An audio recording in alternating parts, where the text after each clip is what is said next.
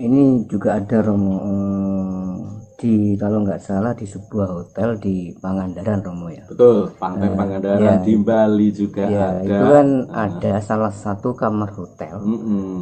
Itu lupa itu kan nggak salah itu berapa gitu loh Romo kamarnya, nomornya itu kan ada sebuah kamar yang didesain itu semuanya itu kan warnanya hijau semua. Juga ada apa itu, ada kasurnya, terus ada tempat sesaji. Nah itu konon katanya tempat untuk sewaktu-waktu Kanjeng Ratu gitu. Nah niku pripun Romo nggih? Ya gini ya. Jadi itu tergantung dari keyakinan seseorang bahwasanya memuliakan leluhurnya, karena dia pada saat memuja dia menginginkan ketemu oleh sosok itu, maka sosok itu muncul. Nah, di tempat itu dia membuat suatu tugu peringatan agar nanti anak cucunya bisa meneruskan atau paling tidak dititipi, coba kamu rawat kamar itu. Ya seperti yang di hotel di Bali kan juga ada, yang tempatnya Pak Karno itu ya. Ya betul Mbak. Itu. Nah, jadi yang namanya gaib itu ada Mas, memang benar ada.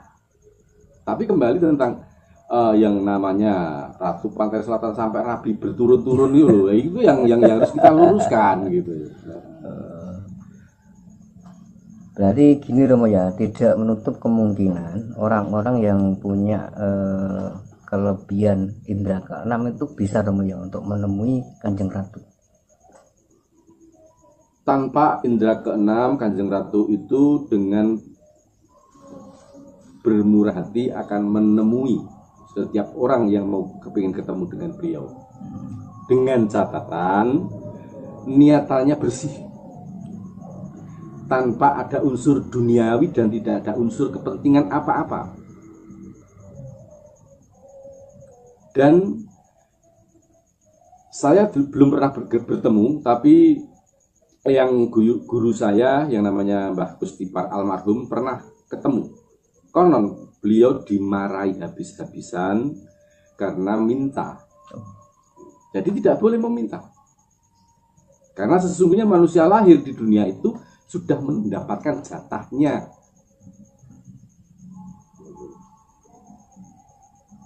Jadi faktanya adalah seperti yang saya sampaikan tadi. Fakta sebenarnya mengenai apa bener toh Kanjeng Ratu Kidul iki garwane Sultan. Itu yang sebenarnya yang faktanya adalah cerita tentang Ratu Kidul, pertemuan Ratu Kidul dan Danang Sutawijaya itu adalah bentukan dari para pujangga untuk mengubur rasa dendam, sakit hati, jangan sampai ada membalas di antara sesama darah Mataram. Adapun penguasa jagat raya dan penguasa makhluk astral seisinya itu ada dimanapun kita ada, bahkan Pantai Utara pun juga ada gitu loh. Cuman kan yang kita luruskan kan ada sampai dicampur Terus kadang gini Romo ya, kalau kita ke daerah Parangtritis, terus Parangkusumo, itu kan kalau nggak salah itu kan ada suatu peringatan Romo ya, yang berkunjung di sini dilarang memakai baju hijau. Katanya baju hijau kan warna favoritnya Kanjeng Ratu lah. Niku pripun Romo? Itu etika. Itu pelajaran etika, unggah-ungguh tata krama. Jadi bukan hanya Kanjeng Ratu, bukan hanya ngembari Kanjeng Ratu, melainkan juga ngembari panguwasa dalem. Jadi orang Jogja, orang Solo yang bukan trah itu tidak diperbolehkan memakai pakaian barong atau jari barong. Barong niku pripun? Barong jari parang barong. Oh iya. Tidak diperbolehkan. Kenapa? Iku diarani ngembari ngerso dalem. Ngoten. Jadi jari kawula ya kawula gitu. Begitu pula tentang ajaran mengenai baju hijau dan lain sebagainya. Itu merupakan kalau kita ini harus rendah diri. Jangan ngembari panguwasa. Nah, kalau ini diterapkan jadi apik loh Mas. Makanya sekarang itu banyak kan orang yang tidak duit duga karena lupa dengan etika. Iya. Mosok kadang-kadang simbol negara digedolanan. Apa lambang-lambang negara digedolanan. Ini karena hilangnya budi pekerti, hilangnya akhlak, hilangnya pitutur luhur. Nah, semua itu merupakan kunci daripada pitutur luhur. Nah, misalnya masuk di dalam lingkup makam sesepuh, tidak boleh bersisul, tidak boleh bersisul itu bersiul ya, tidak boleh ngomong yang jorok-jorok. Nah ini sebenarnya kan pelatihan saja, pelatihan agar kita itu sopan.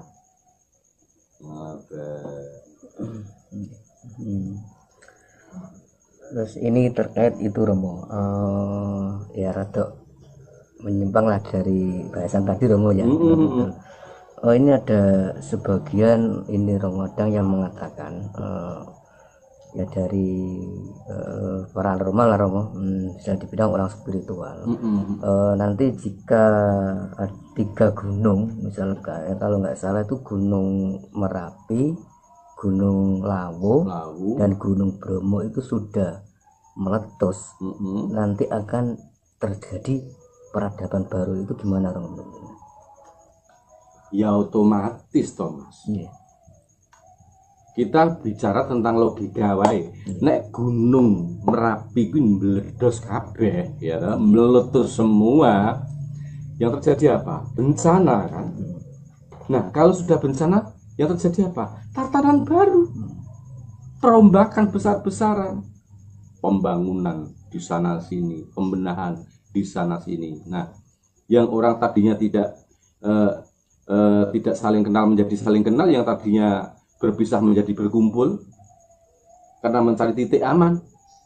Ini yang disebut peradaban baru, seperti yang terjadi beberapa saat yang lalu di Aceh waktu itu. Tsunami. Sekarang kan orangnya juga penduduknya bercampur kan, dulu blok-blokan kan gitu.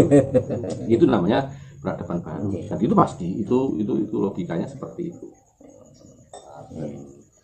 Ini Romo ada titipan pertanyaan dari Derek Romo. Maksudnya apa sih golek ono gali kangkung lan telapake guntul miber? Ya. Dari siapa itu? Ini enggak, itu Romo enggak ada namanya Romo. Itu gimana Romo? Golek ono gali kangkung lan tapake kuntul nglayang. Nek galih kangkung itu apa terus? Galih kangkung itu kan kosong, hampa. Lantas kuntul tapak nguntul miber. Yung cekere kuntul ning lemah wae mbok cekel angel kok mibrape mbok delok. Kan yo angel. Lah carane kepiye? Maksudnya heningkan pikiranmu, kendalikan hati kamu, maka berjalanlah sesuai dengan apa yang didawuhkan oleh Tuhanmu. Jadi manuk mabur abure ngungkuli langit, golek ana gali kangkung. Nah, niku artinya di situ. Gitu ya. Ini ada lagi Romo ya. Cara membuka mata batin ini berikut Romo ini. Cara membuka mata batin.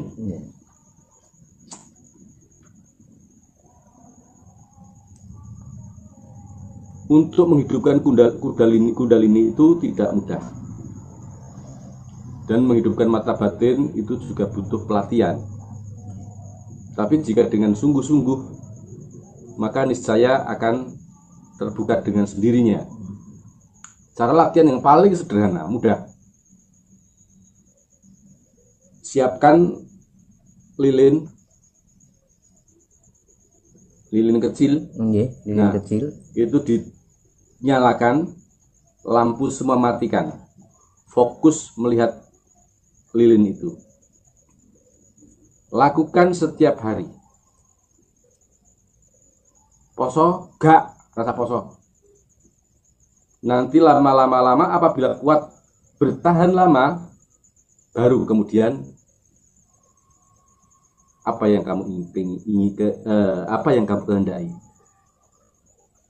Karena kamu sudah mampu menembus pandang itu. Jadi pandang kasat mata sudah kamu bisa melawan, maka yang tidak kasat mata pun akan tertembus. Tapi ini semua juga butuh ketelatenan. Lagi seminggu, lagi saulan, biar ya wes. Karena gagal sekali, mengulang lagi. Itu dilakukan sampai berapa hari Romo? Sampai ketemu. Sampai penjenengan merasakan ketika kok saya merasakan. Nah, ini kalau sudah merasakan, sekarang sebenarnya manusia itu mempunyai mata batin, Mas Munta, dan kadang-kadang kita tidak percaya. Apa tanda nih? Misalnya begini, aku tak dengar Romo Edisa saiki ada dalam bisikan yang tidak terdengar tapi bisa dirasakan. Rasa Romo lagi Romo Edi pas gak ono. Tapi sampean ngeyel, budal tenan, kenyataannya gak ono tenan. Nah itu yang dinamakan mata batin, bisikan batin. Dan kamu pasti pernah mendengar atau mendengar cerita atau mungkin mengalami sendiri seseorang atau teman kamu bercerita, sakjane bis cuma pihak tumpaki lho ki, tapi aku kok gak penak, terus aku leren rokokan. Ya Allah, monggo aku numpak bis kelak kecelakaan aku. Pernah gak cerita? Nah, pernah Romo ya. Itu mata batin yang mengingatkan kita. Nah, ini sebenarnya kita punya, tinggal mengasah sebenarnya. Tinggal mengasah. Jadi, dan hal ini sering saya lakukan. Udah kok, ya ini kok. Ya alhamdulillah saya itu setiap kali berangkat itu juga gak tahu gak mantel Mas. Ya, buat tos Mas. Kemarin tanggal 27 ku kirim gandris lah. Sampai tekan Bojonegoro, aku aman. Aku tekan Bojonegoro kira lagi udan kok. Lah aku tekan di jenenge Sragen kalau terang aku lagi liwat Pak. Berarti siapapun itu bisa Romo ya, bisa. Untuk membuka mata batin, tidak harus spiritual Romo. Manusia itu mempunyai energi loh Mas. Sedulur 45 Panzer saya tak ceritake yo ono kabeh.